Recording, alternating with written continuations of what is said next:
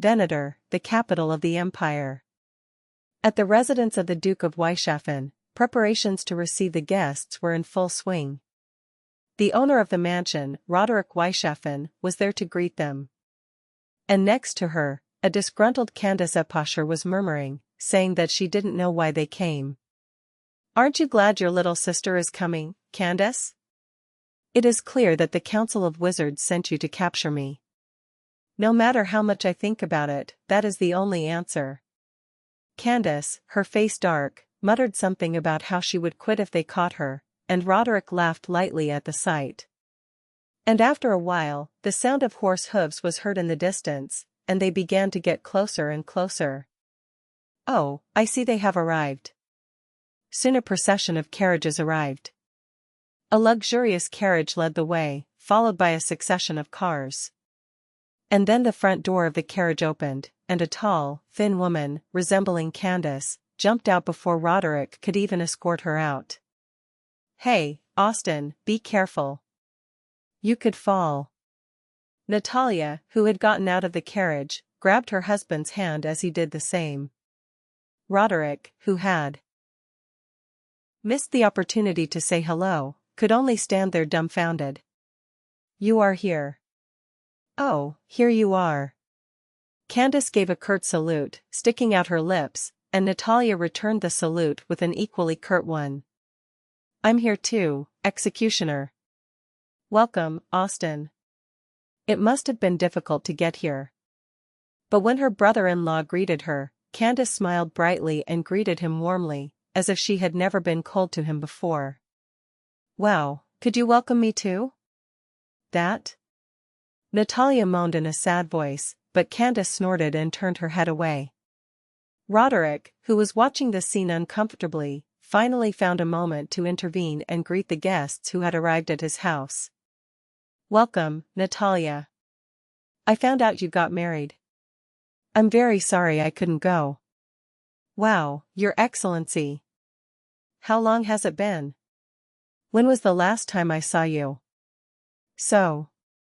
Natalia searched her memory, remembering her last meeting with Roderick, and then quickly changed the subject, remembering that it was when Isla was born.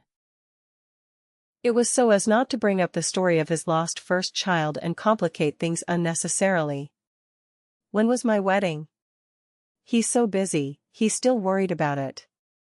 Nothing happens. "I was very grateful for the gift you sent me then."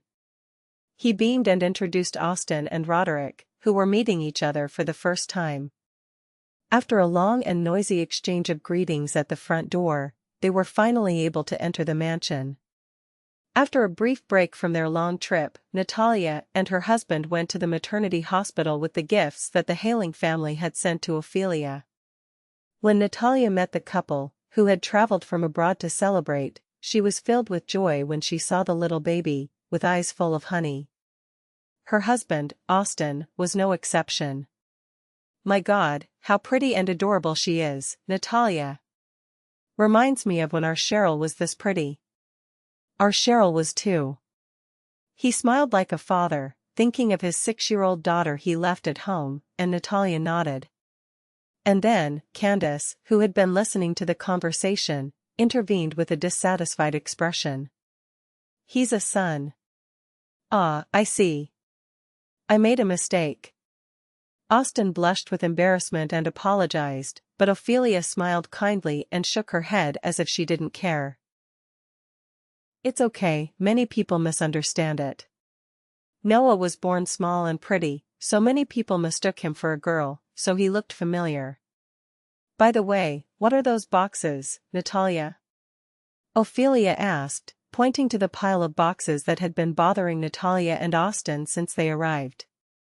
"Oh, those? They are gifts from the Hailing family. When I told them I was going to see my sister, they packed a lot of things for me."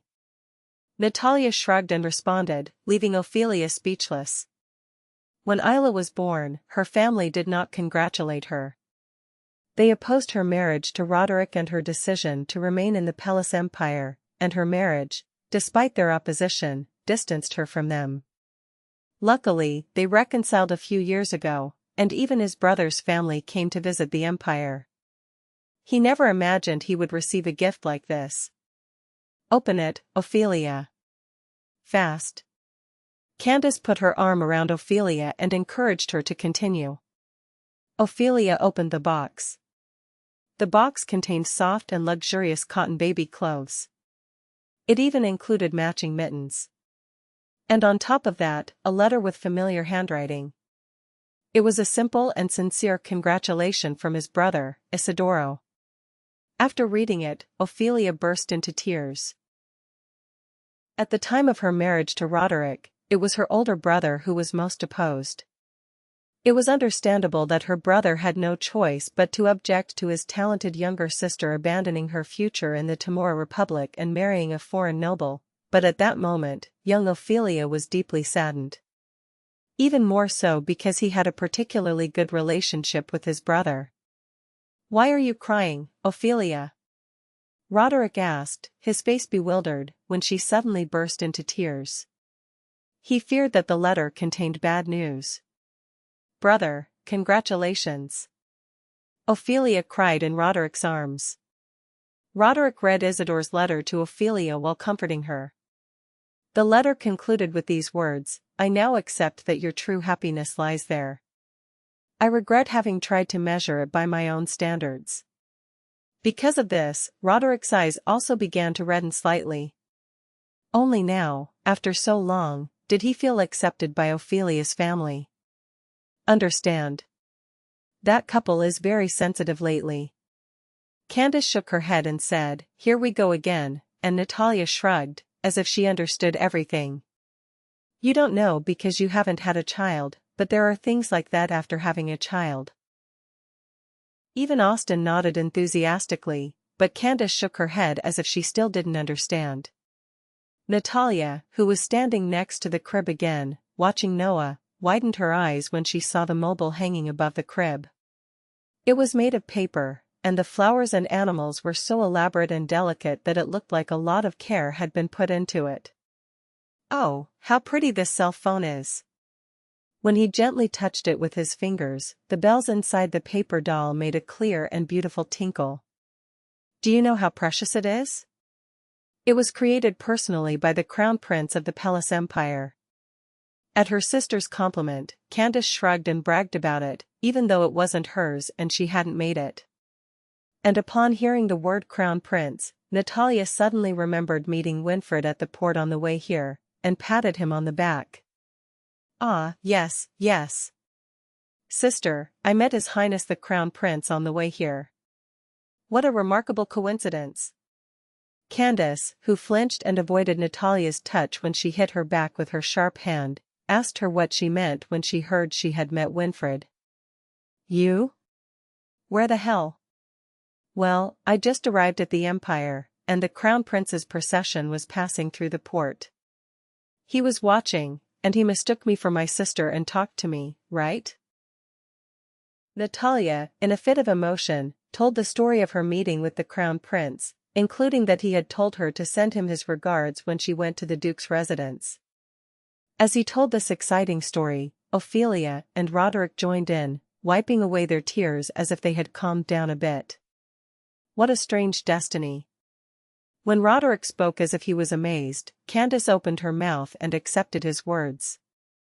"That's what I mean. I've been through a lot since I came to this empire. I've been through a lot.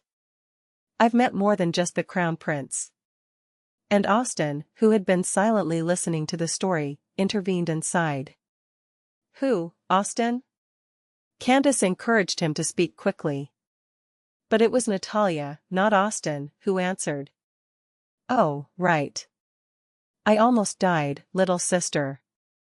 I met a pirate." As soon as she told them that she had met the pirate, they all surrounded her and began to concentrate on the story. And Austin, as if he couldn't stop her, closed his eyes slightly and shook his head, correcting her version. "Let's clarify this, Natalia. We didn't meet. You jumped to help a merchant ship that had run into pirates. Ah, so as a fellow sailor, you ignore a fellow industry member in trouble? That's not possible, Natalia said sternly, snapping her index finger from side to side. Oh, seriously. We'll talk about this later. How did you almost die? I don't think the pirates will outmatch you, given your skills.